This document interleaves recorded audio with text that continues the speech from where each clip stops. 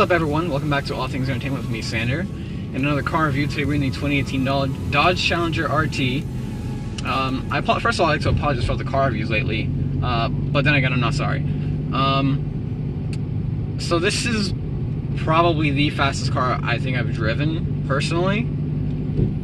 And it's terrifying. It's actually terrifying. And I mean, just the noise that this thing makes. So, normally we review pretty normal cars, and I talk about the ride and the stereo system and how it feels to drive and the seat in the back and the space in the back.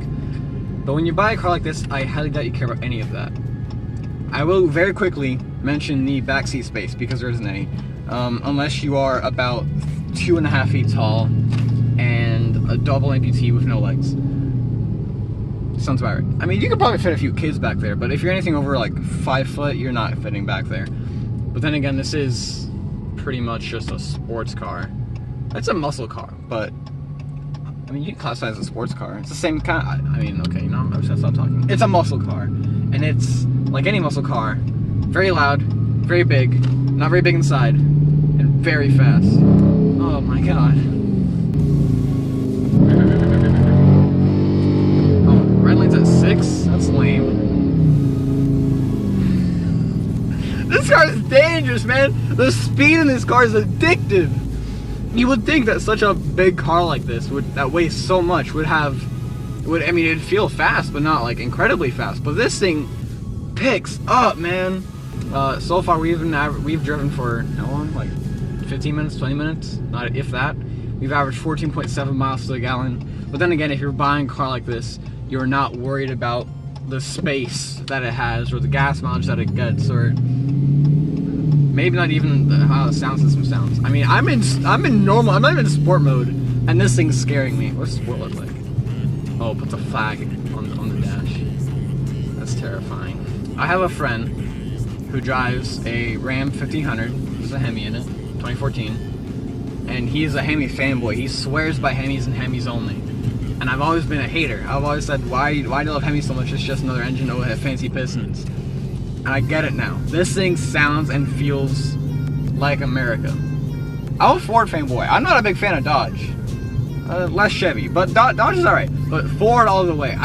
Personally, I'd take the Mustang over this. I have driven also the 2017 Ford Mustang, which was also on our channel, but I didn't do a review on it. It was kind of just like a silly video. I drove that car, and I have to say, I was a little short at that time. But that car had a lot more space in it. That car, it was a lot more spacious inside. I mean, it was more comfortable. It wasn't as fast because it was an EcoBoost, but it was just more spacious. This interior is beautiful, by the way. Dodge has got their together. Excuse my French. I mean, everything just flows so nicely. Everything's like centered around the driver, which is a very popular thing nowadays with sports cars, but everything is like, there's a little wall here so the passenger can't touch my seat controls. I mean, it's just, I just can't get over this.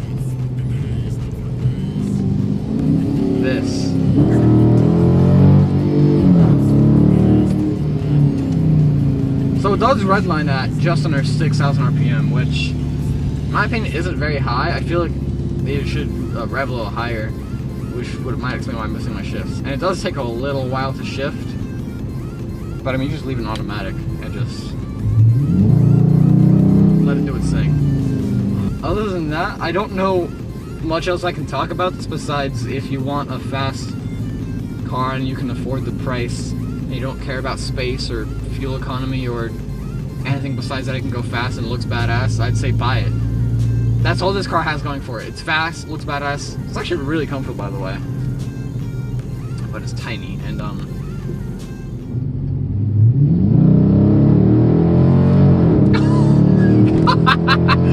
that's addictive!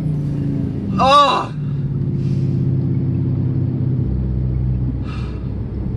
I guess while we're in the car here, we can talk about some of the tech that this has. So, I'm gonna pull over here so I can go through this, because I haven't actually gone through this display yet. So, under the display, we have a few things. This is under the vehicle info, so we have stuff like oil pressure and oil life, and battery voltage, tire pressure, coolant temperature, trans temperature, and oil temperature. And then we have some performance gauges here. There's a 60 timer and braking distance timer. Just braking distance meter, I guess. And you have fuel economy, nobody cares about that. It's a Challenger. Trip info, basic stuff. You have your audio settings. You got your messages. Yes, the car needs an oil change. And just like setup and stuff. And then speedometer. And that's about it. You can also change the top 3 displays to whatever you want. So where it has temperature and the time and the current MPG. You can change all that to suit your needs. This is a very large vehicle. You can feel when you're in here. It's no wonder they call these things land yachts. I mean, it's built for straight line speed and it's a brick. The dash is very long, by the way. I'm not sure why they did that, and the legroom's still pretty decent though. And the hood just extends for miles. I'm not sure how far it goes, but I'm pretty sure I'll be parking very far away or very close to parking curbs if I do park at a parking curb. Then you look in the mirrors, and then you just have more car for about another 16,000 miles behind you. I mean, this thing I think is actually longer than the entire east coast of the United States. It's actually probably wider than the Earth, actually, now that I think about it. So right now we're averaging, we're doing 60 miles a gallon, but I am barely touching the gas, and I wasn't on the gas actually. Now I'm on the gas right at 30, which isn't bad actually. Just cruising at 40 miles an hour, 30 miles a gallon is not bad. 35, but then as soon as you put your foot down, yeah, that's 12, and it kept going down. Let's see here.